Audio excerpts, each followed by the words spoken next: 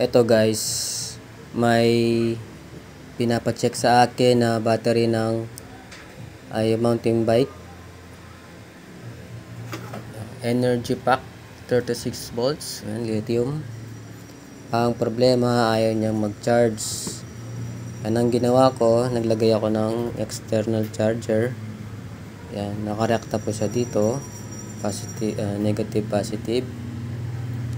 Yan. Pero balance po yan, balance lahat yan, yung battery. Naka 36 volts na siya, kagabi pa yan. Yan. Bali okay pa yung mga battery nito, nag-charge pa. Ngayon, ang gagawin ko, tatanggalin ko muna yung charger. Yan, tapos subukan kong isasaksak ito kung gagana siya.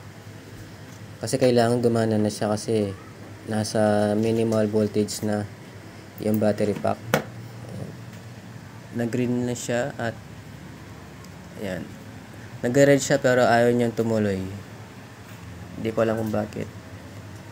Kaya ang gagawin ko niyan guys, ito na lang gagamitin ko. Ayan. Maglalagay ako ng BMS para sa charging circuit niya. Pero yung sa power output, ito pa rin circuit na ito yung gagana. Yan guys, dito ay naikabit ko na yung charger. And nag full bar na siya, 41.91 volts. At ito yung BMS na na-install ko na para sa maiwasan ang overcharge sa bawat cell. And ito yung power output. Saan nakasaksak yung tester. Ayan guys, bali ang gagawin ko ngayon, bubuuin ko na yung battery pack.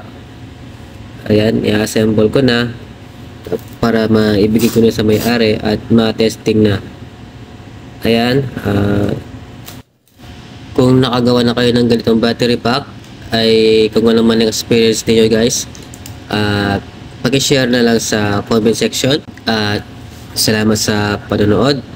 Huwag kalimutan mag-subscribe kung bago ka lang sa akin channel at i-click ang notification bell para lagi kang ma-update sa mga video na ini-upload ko.